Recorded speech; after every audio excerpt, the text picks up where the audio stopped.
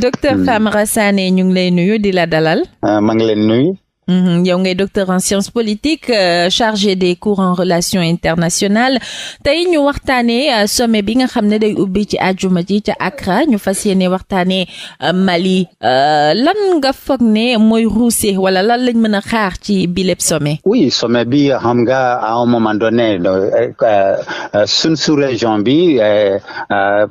dafa confronté à des situations de conflit et de coup d'État. Donc gis nañu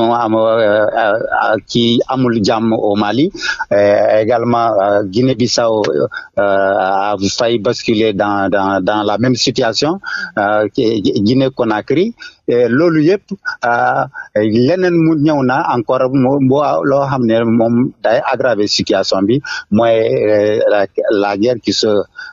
guerre boo xam ne xeex boo xam ne mu ngi déroulé au niveau de l'Ukraine entre la Russie et l'Ukraine. ndax tey yaakaar mën na am gannaaw ba ñu woowee ci ndaje bi ki nga xam ne moom mooy président Assimi Goïta. oui Assimi Goïta comme ni nga ko waxee rek xam nga président africain bu ñuy instaurer sanctions yi. ñoom sax xam nañ ne situation bi dina métti pour seen dëkk seen économie yi. loolu moo tax ñoom au départ bi dañu bëggoon waxtaan. Juboo entre ou bien ñu am benn programme d'action boo xam ne dinañ gis président Mali la junte mooy militaires yi nekk ci nguur gi ñu fixé benn calendrier boo xam ne bu gàtt boo xam ne négociation day gaaw pour que vraiment le Mali retrouve un gouvernement civil mais comme junte bi tam am na programme am junte bi et la junte également moom wóor na ne sanction bi du nekk Mali seulement mais dëkk yi tam dinañu am difficulté. kon bu ma la déggee bu baax dafa mel ni tey CEDEAO ña ko ŋànk te sanctionné woon tey Mali ñoom ñoo gën a am jafe-jafe ci sanction yi. pas ñoom ñoo gën a am mais ñoom tam vraiment seen économie. yëg nañu ko de manière notoire parce que boo jëlee exemple Sénégal ak Mali ñun fii souvent dañu ne produit bi pour la fiabilité ni ñu ne produit bi Mali la jógee produit Mali la donc day yóbbu client bi pour génde parce que xam nañu peut-être que dañu xeeb loo xam ne moo la jege tu préfères payer un produit étranger donc ñun économie boobu Sénégal léegi yëg nañu ko parce que déjà denrées yu bari commencé nañu vraiment jël benn flèche boo xam ne dañuy commencé di cher trop. daan nañ gis ne bu ñu sanctionné normalement ki ñu sanctionné moo war a topp ci ginnaaw ki ko sanctionné di ko neexal pour mu yëkkati sanction yi mais tey dafa mel ni CEDEAO contraire bi lañ gis CEDEAO moo topp ci Mali di ko mocc di ko seet di ko nemmeeku ndax tey dafa firnde ne décès justement seen premier ministre bu yàggul bi ak seen ancien président moo tax mu am taxawaayu yërmande gi. oui comme ni ma ko waxee rek parce que Malien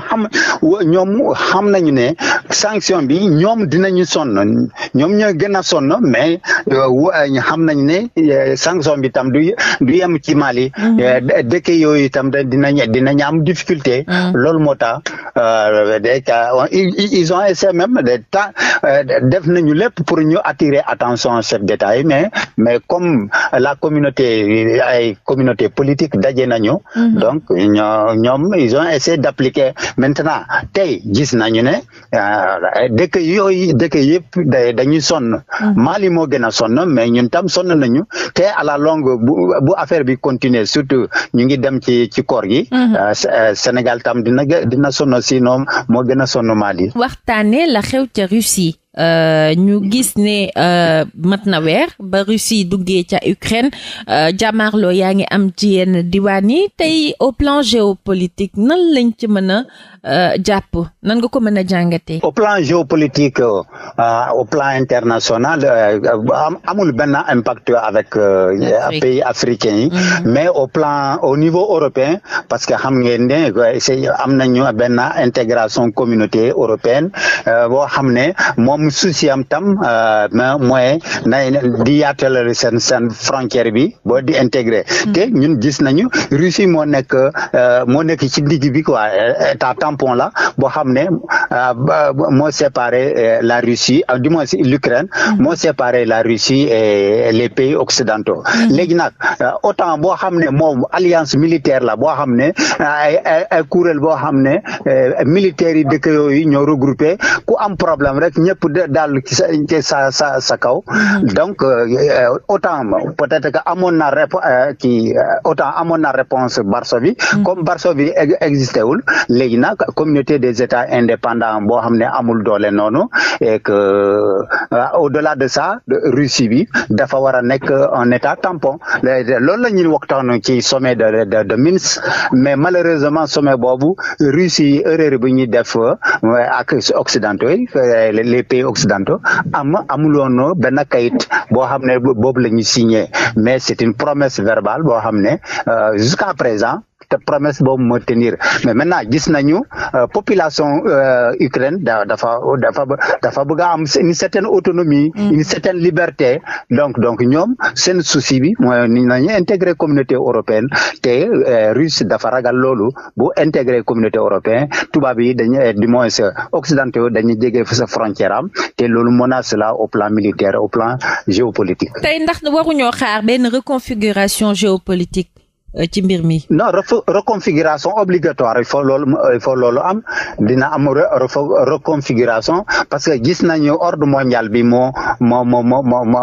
changé donc ordre boo xam ne à un moment donné am États-Unis moo doon dominer ñëpp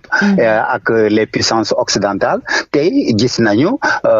émergence au plan économique Chine mu ngi positionné mais également au plan économique et à la fois au plan militaire gis nañu Russie ñëw na donc nouvel ordre la parce que ordre bi de 89 à nos jours ordre boobu la ñu déstabiliser et loolu baax na pour les pays du tiers monde dañu mun a tirer profit di appliquer seen politique de non alignement et mun a commercer ak ñi kon da nga bëgg ne guerre bi dafa montrer ay failles ku nekk xam kan mooy kan. waaw guerre bi dafa montrer clairement parce que gis nañu même ci sommet position Afrique beaucoup dëkk yu bëri ci Afrique dañuy aligner derrière la Russie ou bien dañuy adopter seen position de neutralité. loolu da mel na ni comme si dañuy appliquer seen politique de non alignement donc loolu baax na pour économie africaine bu dee suñu chef d'État yi de ñeme nañu donc dañuy essayer de tirer profit pour mun a vraiment centrer seen activité commerciale entre les deux partenaires c'est-à-dire le camp occidental et le camp oriental bañ a am une domination d'un camp sur l'Afrique. C'est vrai que OTAN dafa am benn position de principe awale ci libre choix des alliances mais ndax loolu garantir na ko sécurité. Non, garantie sécurité actuellement gis nañu ne position OTAN bi moom OTAN moo gën a bëgg négociation il faut mu négocier sinon leadership bu mu occupé leadership boobu daf koy perdre donc il faut mu négocier parce que ñoom bu dee affaire bi pour la première fois même ñoom def nañu ko Irak def nañu ko Syrie donc ñii tam def nañu ko en Ukraine donc je pense que la communauté sinon les puissances occidentales ñu ngi ci disposition boo xam ne il faut ñu négocier sinon seen leadership moo wala africain. kon daal mooy OTAN wala sax Europe parewul pour jàmmarloo frontalement ak Russie. non quoi frontalement daje xeex armée contre armée entre puissance occidentale ak Russie man je pense que loolu du am. parce que ñoom seen dynamique la quoi donc même depuis guerre froide bi ñu gisee à février menace bi dafa réel ak parce que dëkk bu nekk dafa am arme boo xam ne arme dangereuse alors ñu instauré principe de coexistence pacifique mooy nañu waxtaan nañu waxtaan boobu waxtaan boobu mooy indi paix bi donc jusqu'en 89 à la chute du mur de Berlin donc logique boobu la ñu am maintenant pour faire fonctionner leurs usines ainsi de suite ñoom dañuy ut ay pays ay pays yoo xam ne foofu la ñuy alimenter foofu la ñuy jaay seen arme parce que seen accompagnement économique accompagnement ci guerre bi accompagnement bu ñu joxee à l'Ukraine accompagnement boobu may leen non ay contrat la donc l'Ukraine dafa war a au sortir de cette guerre Ukraine moo am de lourdes conséquences parce que il faut mu rembourser le accompagnement une bonne partie de cet accompagnement que ça soit militaire ainsi de suite donc Russie mooy kii mais américains ak européens ñoom dañuy tirer profit mais ñemewuñu dem directement à une confrontation ceci voudrait que aujourd'hui avec armes yoo xam ne ñoom ay armes dangereuses ça serait la fin du monde. di ñaan yàlla lii mu jeex waaye tey buñ fi jógee ndax dinañ déggati ci ordre mondial kii moo nekk fii kii moo nekk fee ndax melul ni carte gi gën naa jaxasoo tey. Non carte jaxasool mais carte bi dañ ko réorienter carte bi jaxasool mais dañ ko réorienter parce que